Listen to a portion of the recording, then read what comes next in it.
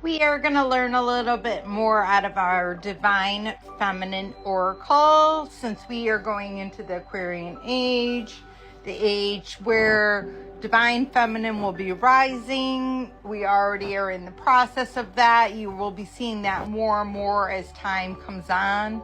This is so that we can be in equal balance of our Divine Feminine and Divine Masculine to make us whole, which is necessary for everyone on the planet, each person on the planet.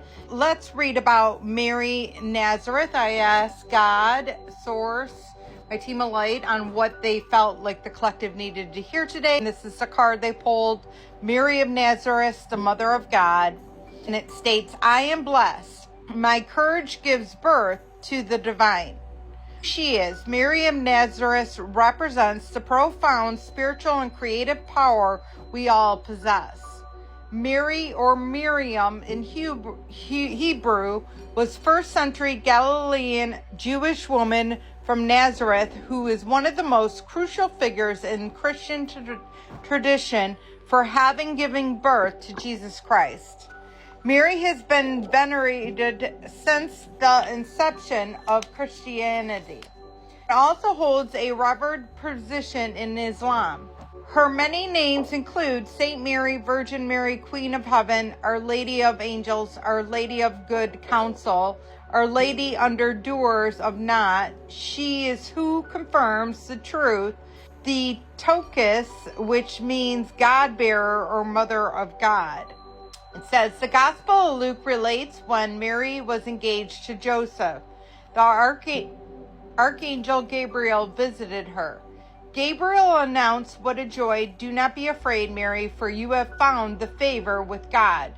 The angel then said, the Holy Spirit will descend on you, and the power of the Most High will overshadow you. Therefore, the child will be called the Holy Son of God. And Mary responds, let it be with me as you have said. Mary is present throughout her son's ministry. When he appears at the temple of the age of 12 and declares that his true home, when he turns to water into wine at the wedding and he is crucified. She's said to have remained at his side with Mary Magdalene. She personifies the steadfast and unconditional love of the archetypal mother. The title of Mother of God, or Theotokos, which recognized the Council of Ephesians in 431 CEE. Her best captured the power of yes to the Archangel Gabriel.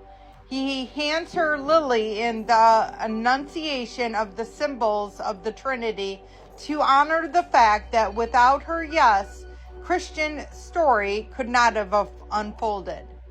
When your soul selects her card, I've always imagined that Mary was terrified to hear the angels loudly announce that she was meant to be the Mother of God.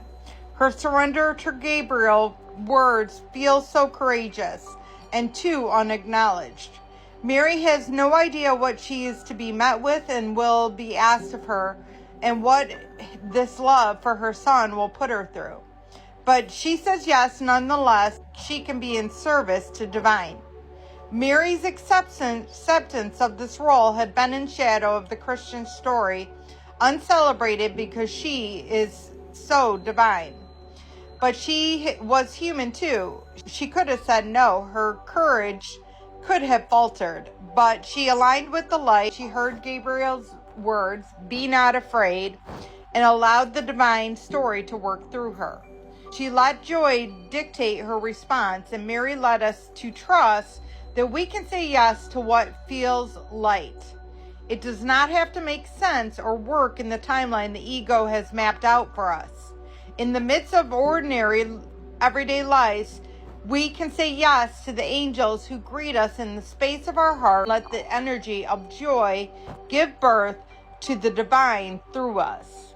And your soul voice meditation is, am I in service to the light within me? And your intention is, I am blessed. My courage gives birth to the divine. Ironically, I just actually watched, I think it was on Netflix, the movie about Mother Mary. And it was very, I didn't really know the repercussions that Mary went through in order to say yes.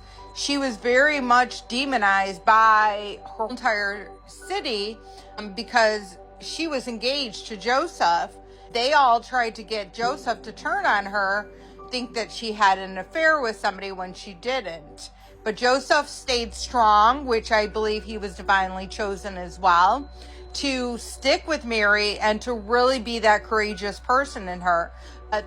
The person that was in charge at the time, I forget his name, he really sought people to go after Mary. So Joseph had to rescue her. They had to flee, which is why they probably went to Nazareth, which was a smaller community, so that they could essentially hide out and have Jesus. So she isn't given the credit that she deserves, like most divine feminine. Obviously, our whole world would have been changed if she would have said no. So follow your instincts and the power within you. You're all divine feminine. I love you, and namaste.